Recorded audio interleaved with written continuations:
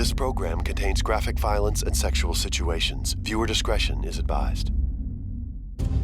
A beautiful young wife, 8 months pregnant with her first child, mysteriously vanishes on Christmas Eve. Within a week or two, everybody in the country knew who Laci Peterson was. A shocked community searches in vain. I am not giving up hope that my precious Laci and her son Connor will be returned to me safely. Who would have killed her? Nobody knows, and certainly not her husband. Her handsome young husband grieves, but his secrets tell a different story. I'm engaged. So? So tell me why a guy like you isn't married already.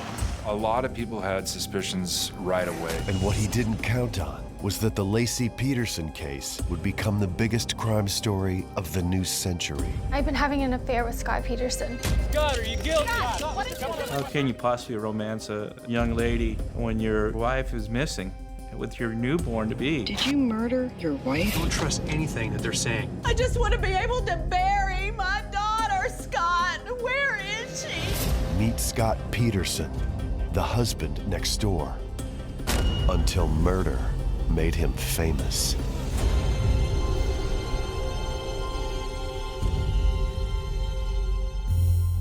It's one of the most inexplicable and brutal crimes in recent memory. It provided inspiration for the best-selling novel Gone Girl and the subsequent Hollywood blockbuster film. The real-life case of 27-year-old Laci Peterson, whose 2002 disappearance from her home in Modesto, California, and the ensuing investigation captured the nation's attention and became a major media spectacle. Though this story of lies, sex, and brutal murder unfolds like a Hollywood script, all of it actually happened. The one thing that's so interesting about Scott and Laci Peterson is how ordinary they seemed. They were your neighbors, they were your friends, you went to college with them. And if this could happen to them, could it happen to us?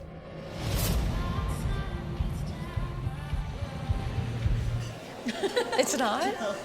Why? 21-year-old Cal Poly student Laci Rocha first encounters Scott Peterson at a restaurant in 1995. Can I start you off with an appetizer or something to drink?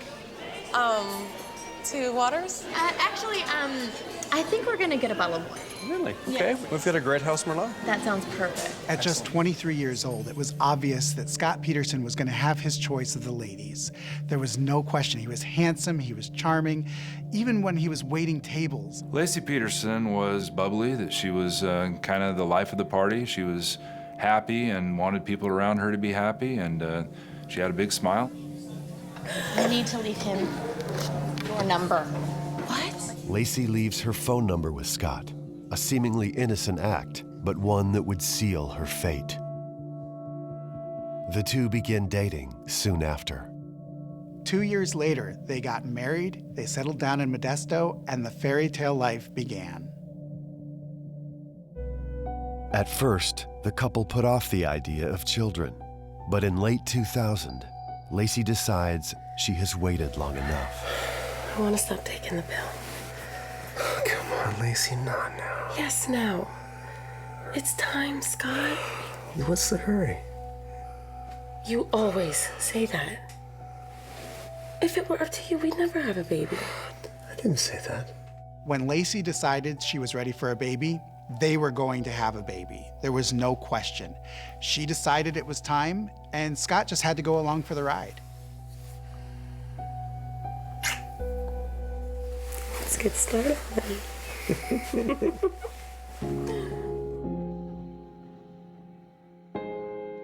It takes more than a year and a half, but Laci finally conceives naturally in May of 2002. By all measures, their storybook life seems set. I have some news. What? What do you think? You are? But secretly, Scott dreams of a very different lifestyle, one where he is not tied down by a family or even one woman. It wasn't supposed to be this way. He was married with a child on the way and a job that he hated. Scott's job as a fertilizer salesman often takes him to trade shows and conventions.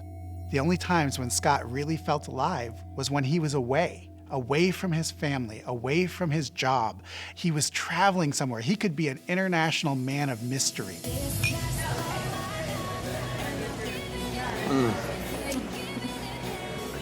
Okay. And it was on one of these business trips that he met Shawn Sibley at a business conference. I just can't believe you have a difficult time meeting women. Well, I do travel a lot. It makes it kind of hard. Scott Peterson, who incidentally had a pregnant wife back home, led the conversation with Shawn Sibley by asking her about her favorite sexual positions, calling himself a horny bastard, and trying to find out if he could get with her that night. Slow down, cowboy. I'm engaged. So? So don't be such a pig. Shawn Sibley was engaged, and she said, absolutely not, but I have a friend, a massage therapist friend. You guys might get along really, really well. Really? What's her name? Her name's Amber. You should meet her. 27-year-old Amber Frey is introduced to Scott Peterson in late 2002. Amber Frey was this, massage therapist from Fresno, beautiful and young. When Amber met Scott, her first thought was, maybe this is the one. Maybe this is the guy who's gonna make my life better. She had no idea that he was gonna make her life more complicated, more difficult, and she was ultimately going to end up in the public eye being scrutinized because of her relationship with Scott. They hooked up, and that's when Scott brought the strawberries and champagne to the seducer on the first night, which he did. Over the course of the next 2 weeks, Scott and Amber engage in a whirlwind relationship that includes sex. The only things that Amber knew about Scott were the things that Scott told her about himself. And one thing he forgot to tell her was that, oh, I'm married and I have a pregnant wife back home. We're about to have a baby boy. You have to know that at some point these lies are gonna come crashing down around you. And they do. A friend of Amber's learns that Scott is in fact married. She tells him that he has 3 days to tell Amber himself, or she will take matters into her own hands. And he started thinking, how am I gonna get out of this? On December 6th, Scott comes up with a way to explain to Amber the fact that he is married. To tell you the truth, I lost my wife. Lost? Do you mean... Are you saying your wife died? So what he came up with was this convoluted, ridiculous lie about having lost his wife. He hadn't lost his wife. She was at home, pregnant, getting ready to decorate a nursery. Oh, Scott. I'm so sorry. Thank you. Do you want to talk about it? It's just still too soon. Once Scott Peterson said that he had lost his wife, there's no turning back from that. He'd backed himself into a corner, and there was no getting out of it. 2 days later, Scott does some research on San Francisco Bay. His computer showed that he did studies of the current in the bay. Scott, on the other hand, said he did it because he was going fishing and wanted to find a good place to fish. As the holiday approaches, Scott finds himself living two very different realities. Laci was preparing to have a baby with the man that she loved. Amber was starting a relationship with a really great guy. The only person who knew that the two of them were living a lie was Scott Peterson. Did you see the Christmas party invite from Jeff and Jill? When is it? Next Saturday. I can't do next Saturday. I've got to be in Fresno. What? Why? I have an ag conference I have to go to. Come on, Scott, you knew about this. Look, I'm sorry. Are you driving back that night? No, I'm gonna stay. It's 100 miles and it's 3 hours in the car and I'm gonna get a hotel. Okay. Well, I just wish you would have told me that before I bought a dress for the party. I'm sorry, sweetie. December 14th, 10 days before Laci goes missing, Scott attends a Christmas party in Fresno with Amber Frey. On the same night, Laci attends a separate party, alone. I think Christmas was the first time that he realized that he wasn't going to be able to juggle this forever. It wasn't going to make any sense because two different women expected him to be with them at the exact same time. So what time do you want us to be over there Christmas Eve? No, that's fine. Yeah, 7's perfect. By December 23rd, Laci is 8 months pregnant. At 8:30 p.m. that evening, she calls her mother, Sharon Rocha. Yeah, he's like his mommy. He likes brownies. Okay, all right. I love you, Mom. Bye. It is the last time anyone ever hears from Laci Peterson.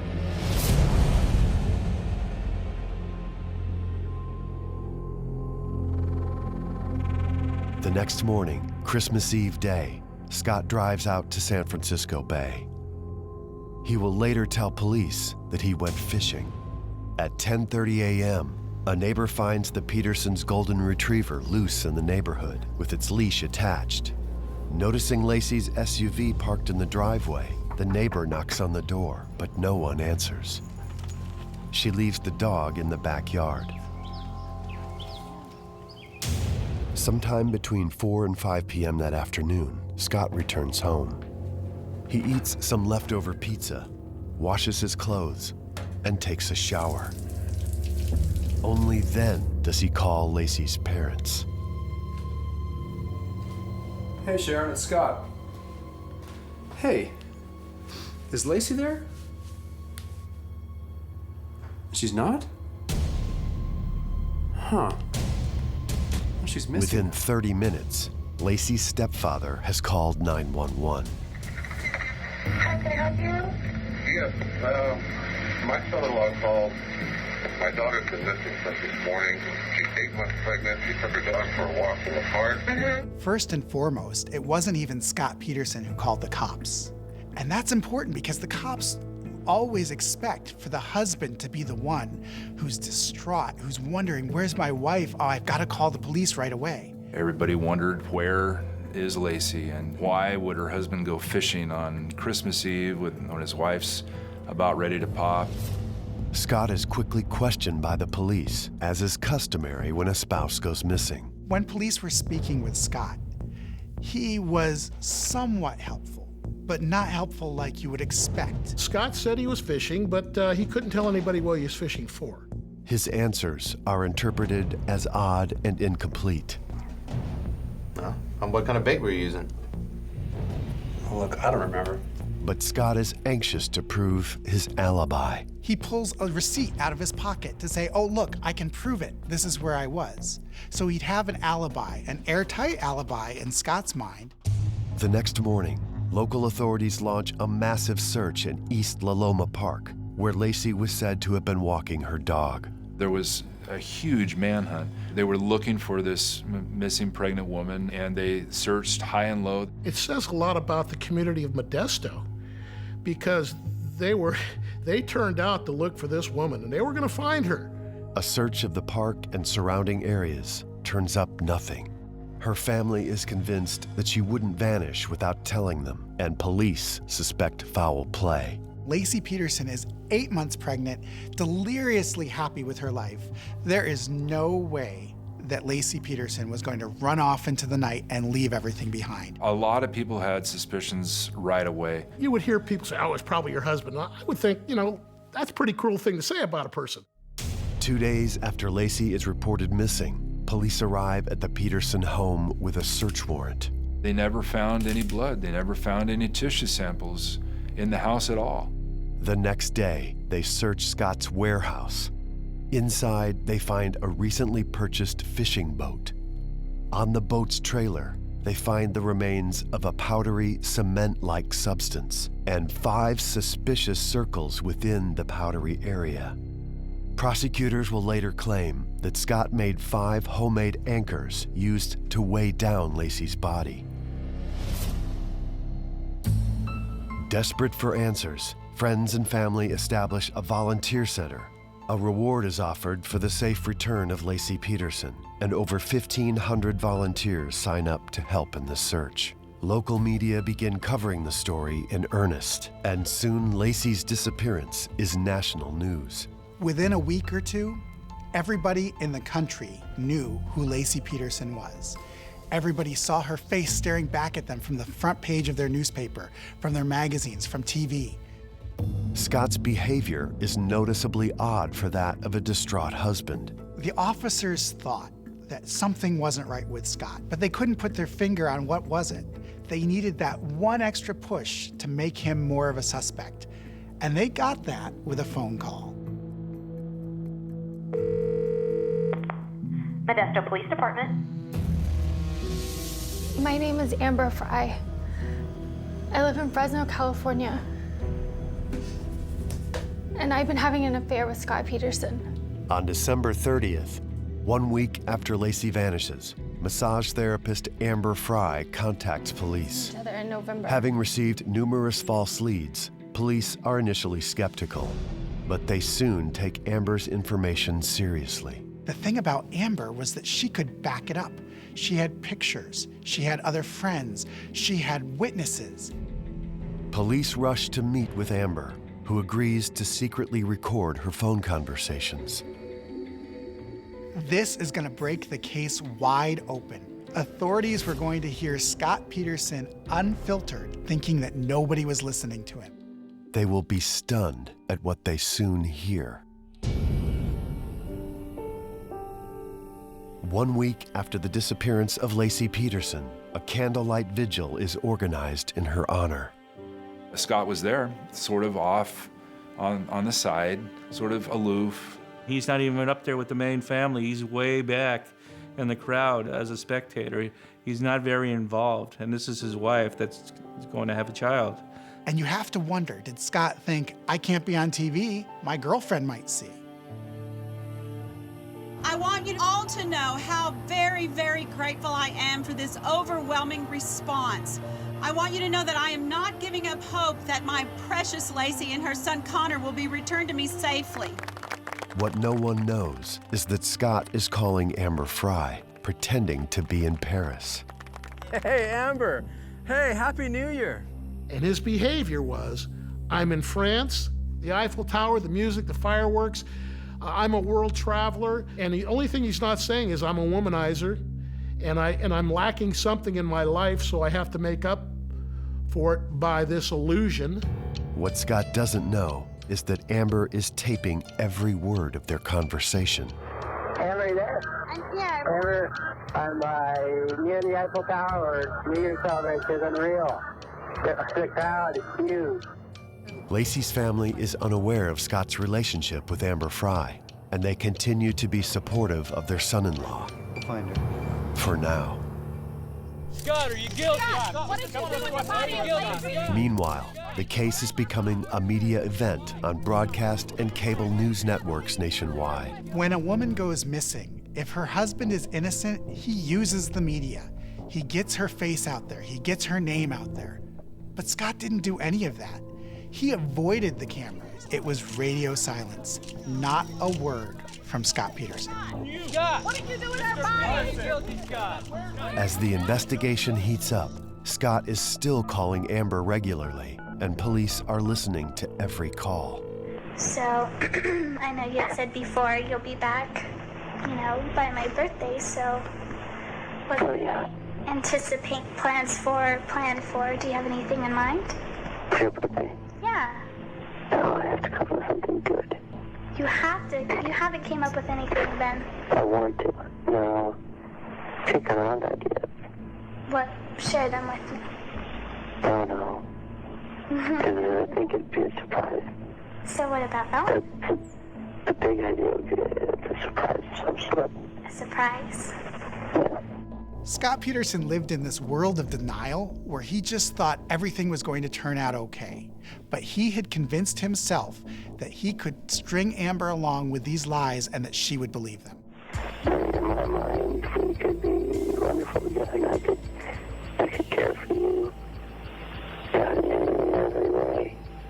For the rest of our lives, I think we'd care for each other and we could fulfill each other. Forever. How can you possibly romance a young lady when your wife is missing with your newborn to be? Amber Frey, although perhaps a very interesting part of that puzzle, wasn't the puzzle. She was but a piece in that puzzle. So much of what he did, his behavior, what he said, it spoke volumes for his lack of innocence. With the heightened media attention and detectives closing in, Scott realizes that he can't keep his life a secret from Amber much longer. As far as Scott knows, Amber's still that woman who's in the dark who doesn't know what's going on. But she knows everything. She's been talking to the cops. She's been watching TV. She knows when he's lying. But she leads him along masterfully and gets him to tell more and more and more lies. And that would end up being Scott's undoing. You haven't been watching the news, obviously. No. It's the worst thing. Sorry, Amber. I'll just tell you. The girl I'm married to, her name is Laci. Mm-hmm. She disappeared just before Christmas. Mm-hmm. For the past 2 weeks, I've been in Modesto with her family and mine, searching for her. You came to me earlier in December and told me that you had lost your wife. What was that about? She's alive. What? She's alive. Where? She's alive? Where? In Modesto. Now, I know, this is the hardest. I can't now. I mean, you don't understand. You don't understand the situation. Then why don't you fill me in on the situation and make me understand? I can't now. I'm so sorry for that. Why? Amber asks a lot of questions. She wants answers from the man who she thought was her knight in shining armor. And he's giving her answers, but they're more and more lies. And it's all on tape. Okay, so again, you never answered my question. Why did you tell me it would be the first holidays without her? I can't. Free, I can't explain anymore now. You told me you lost your wife. You sat there in front of me and cried and broke down. I sat there and held your hand, Scott, and comforted you. And you were lying to me. Again, you're lying to me about lying. What Amber needs him to say, and she's trying to get him to say, that yes, I told you before Laci was gone that I had lost my wife. Would he be stupid enough to say that again? And you came and told me this elaborate lie about her missing and this tragedy and that... No. And that this will be the first holidays without her? Free, I never said. Amber. Yes. God, I don't want to fight with you. I never said tragedy or missing. Oh, yes, you said you've lost your wife. No. Obviously, without me saying much. But we were... I said that I lost my wife. Yes, you did. I did, and yes. There it is. He has admitted on tape that he had said that he lost Laci. Once again, Scott Peterson is brought in for questioning. But this time, detectives want Scott to know they are on to him. They pull out a picture of him with Amber and his arms around her. He's busted, right? This is the time to come clean. He looks at the picture and he says, "Is that supposed to be me?" Well, who else is it supposed to be, Scott? The photo doesn't lie. That's you with your blonde girlfriend. Under pressure, Scott will eventually admit to a romantic relationship with Amber Frey. But being guilty of adultery does not mean you are guilty of murder. Then, 1 month after Laci's disappearance, Amber Frey tells the world about her ongoing affair with Scott Peterson. And instantly, the story becomes front-page news. Scott told me he was not married. We did have a romantic relationship. This is what tabloids are made of, you know? People already were tuning in. But when it became apparent that Scott had been having an affair, then it really broke open. And suddenly, Scott Peterson wasn't this innocent, grieving husband. He was the philanderer who was having an affair with a pretty blonde on the side. The allegations of a girlfriend. Scott, why don't you answer some questions? And it went from being a big story to a massive, huge story that you couldn't escape. Up until this point, Laci's family has stood behind Scott. Sharon would later tell me that this was the moment when she found out that he was having an affair that she realized, wait, Scott did this. Where is my daughter, Scott? Yes, you do know. You do know, and I want you to tell me. Where is Laci and her baby? As it became clear that he had hidden that relationship from everybody, people started considering him the prime suspect. Of course, he always was in the eyes of the authorities. I just want to know where she is. I just want to be able to bury my daughter, Scott. Where is she? Just 4 days after Amber's press conference, Scott decides to take his case to the media. He sits down with ABC's Diane Sawyer. Are you expecting everyone to believe that your wife knew about your affair with Amber Frey? No, yes, she knew about Amber. Laci knew that we were having an affair together, and she was okay with it. In just 60 minutes, he acknowledges the affair, lies about having told police about it, and even worse, claims Laci knew about it. And he did himself no favors. Everybody watched it and thought, oh, well, now we know he did it. Did you kill Laci? Did you kill your wife? No, I did not. And it had nothing to do with her disappearance. Scott's eyes are fixed on Sawyer in an unnatural, unblinking way. I've never seen an interview do so much damage to somebody's credibility and somebody's reputation as what Scott Peterson did. Scott's behavior grows more and more suspicious. He begins to make secret trips to Berkeley Marina, presumably to check on the progress of authorities searching the bay for Laci. Scott used to travel from Modesto to the Berkeley Marina, about 95, 98 miles. Stay there for less than 5 minutes and leave because he wanted to see what was going on the bay. In one of several other inexplicable acts, Scott sells Laci's SUV and tries to sell their home. It has been less than 2 months since she vanished. The prosecution painted it as, well, if she's not coming back, then why not get rid of it? Detectives are anxious to arrest and charge Scott with Laci's murder. But without a body or physical evidence, they know they are fighting an uphill battle.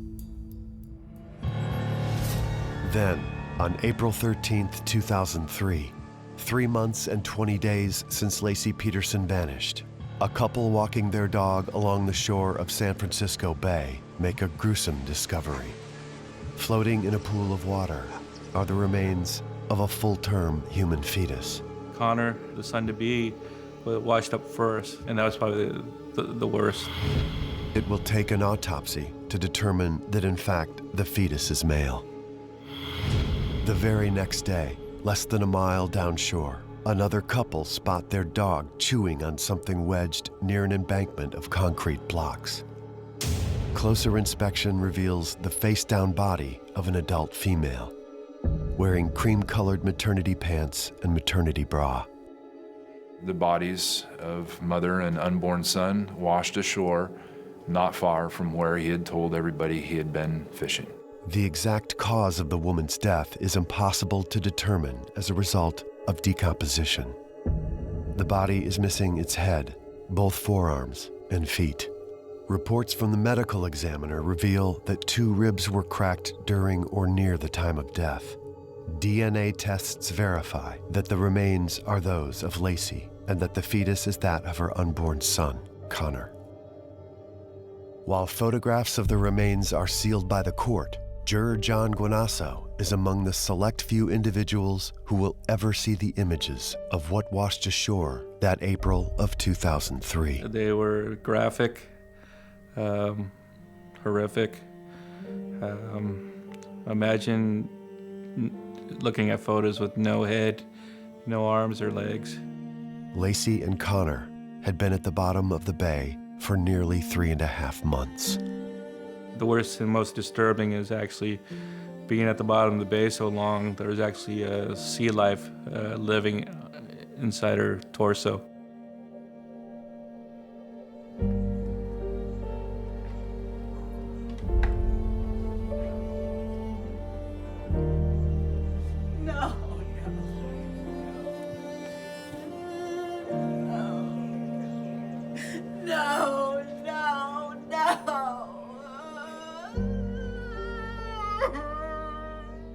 With more than enough incriminating evidence in hand, police set out to arrest Scott Peterson. Scott Peterson has been arrested for murder in the death of his wife Laci and their unborn son. Scott Peterson was arrested in a parking lot in San Diego. He says he was there to go play golf with his brother. Scott had dyed his hair, he had money with him, he had a fake ID, and most interestingly, he had 12 tablets of Viagra. Also found in the car was a gun and a map to Amber Frey's place of work. Police speculate Scott may have planned to kill Amber, a witness against him, then flee to Mexico.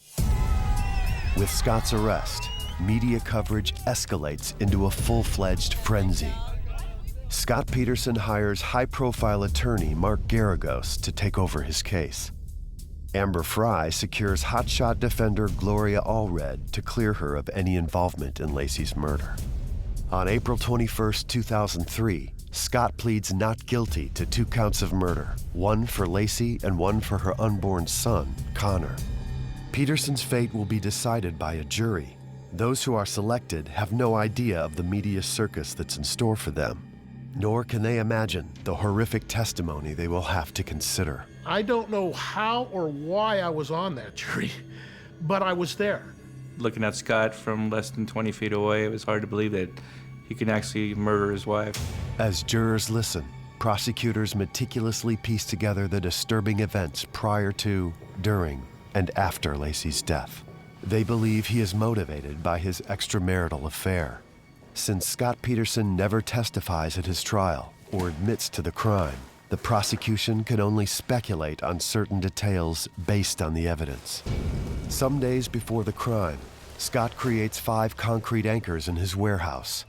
One will be used for his new boat. The other 4 will be used to weigh Laci down in the bay. On December 23rd, Laci visits a salon and calls her mother for the last time.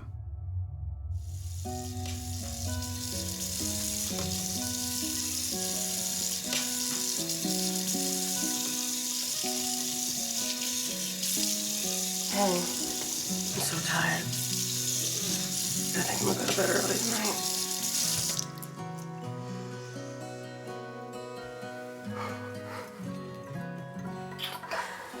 What's that for? They believed that Laci was killed in the couple's home in Modesto on the 23rd or the 24th. There was no physical evidence that showed exactly how Laci had died. So the prosecution had some trouble kind of connecting the dots at first for the jurors. And we all came up with that she was strangled. What are you doing? Scott! Scott! Scott!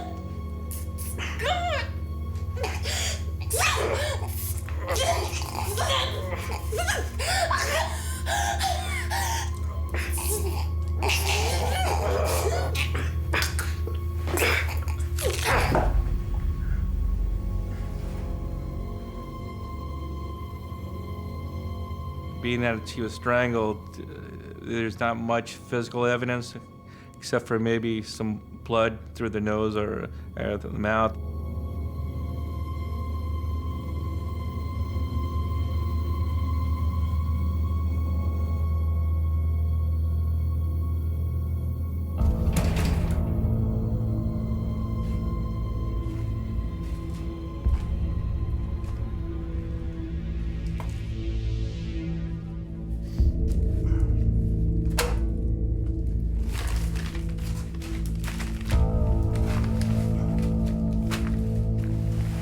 Scott removes Laci's blouse, perhaps because it could help authorities more easily identify the body.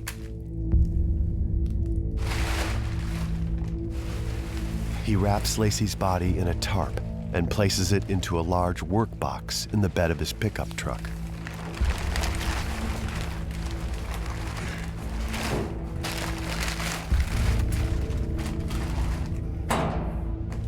He then stashes Laci's blouse in the back of a dresser drawer, where it will later be found by investigators. On Christmas Eve morning, Scott drives to his warehouse, where he transfers Laci's body to his boat.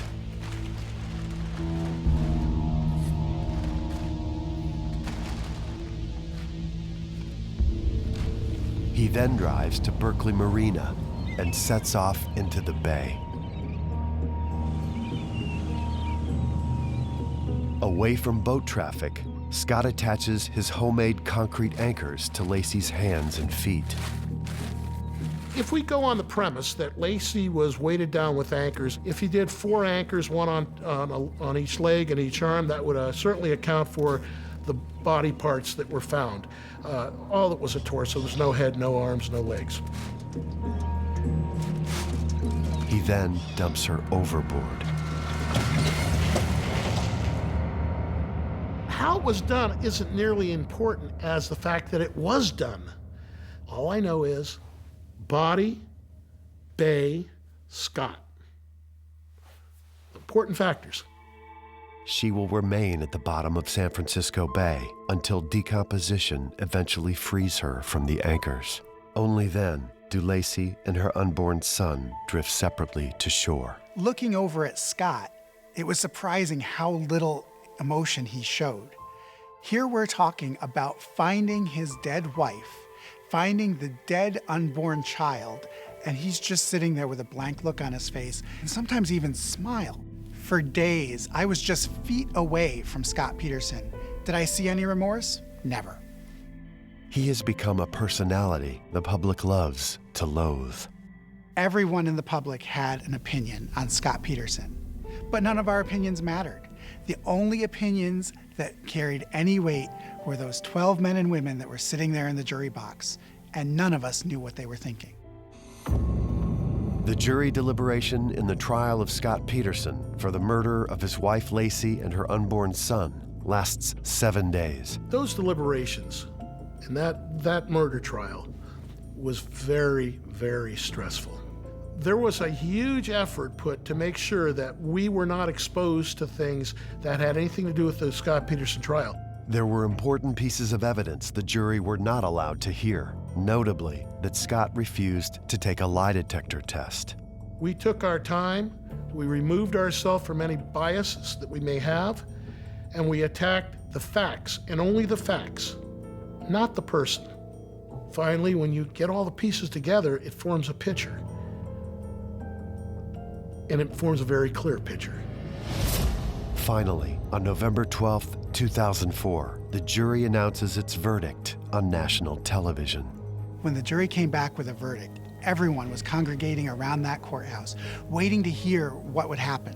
I doubt that there has been another instance where the tension of hundreds of people was so palpable that you'll never forget it. And then the verdict came down. We, the jury, in the above entitled cause, find the defendant, Scott Lee Peterson, guilty of the crime of murder of Laci Denise Peterson. We heard people cheering our verdict. And, you know, we were confused because we didn't think there was anything to cheer about. Scott Peterson is found guilty of the first-degree murder of Laci and the second-degree murder of Connor. Scott's reaction to the verdict is cold and unemotional. When they managed to convict him, it was almost like, I can breathe again. We can all breathe again. Justice has been served, and things are happening the way they should. Scott is later sentenced to death. And that was the hardest part for everybody because we have to live with our decision. And now you're part of making a decision on somebody's life. They had to take a look at their inner soul and make sure they're doing it because it's their decision, nobody else's. He is currently on death row at San Quentin and is confined to a 7 by 9 foot cell. He has only one photo hanging on his wall, a smiling shot of he and Laci.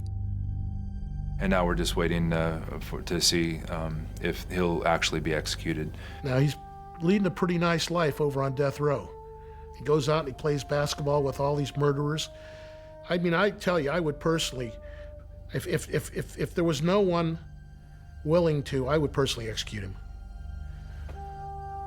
Because I know the pain that he's inflicted on so many people. But the motive behind Laci's murder has never truly been revealed. I believe, and now that I've had time to look back on it again, I'm even more convinced now that Connor was the reason Laci was killed. I think that had Connor not existed, had Laci not been pregnant, she may have been alive a lot longer. The trial of Scott Peterson for the murder of his wife and unborn son took 9 months and cost a staggering $4.1 million. Laci's family lives with the tragedy as best they can. For Sharon Rocha, Christmas, the time when Laci went missing, is the most difficult time of year. Laci's funeral was so emotional and so intimate that it didn't feel even appropriate to report on some of the things at the time. But I talked to Sharon Rocha, and she said, as the casket went by, all that Sharon Rocha could think about was that Laci was being buried without her arms and wouldn't be able to hold her own child in that coffin. I've never shared that before. Amber Frey is a single mother of 2 and still works as a massage therapist. She insists she has put the Scott Peterson nightmare behind her, and she no longer wants to be known as, quote, the woman who dated the most hated man in America. Her story is still very tragic. She can never walk down the street and not be that woman. She'll always be the blonde bombshell. And she can't live a normal life, and that'll never happen for her. The high-profile case of Laci Peterson's murder and that of her unborn son led to the United States Congress passing the Unborn Victims of Violence Act, which is widely known as Laci and Connor's Law. So in the end, the unprecedented notoriety of this case at least had one positive outcome. Everybody knows a Scott Peterson. We went to college with them, we looked up to them, we wanted to be his friend.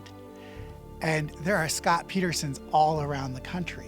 What we didn't know is that behind the all-American looks and the charm and the poise, there was something going on in his mind that only Scott can tell us what that was.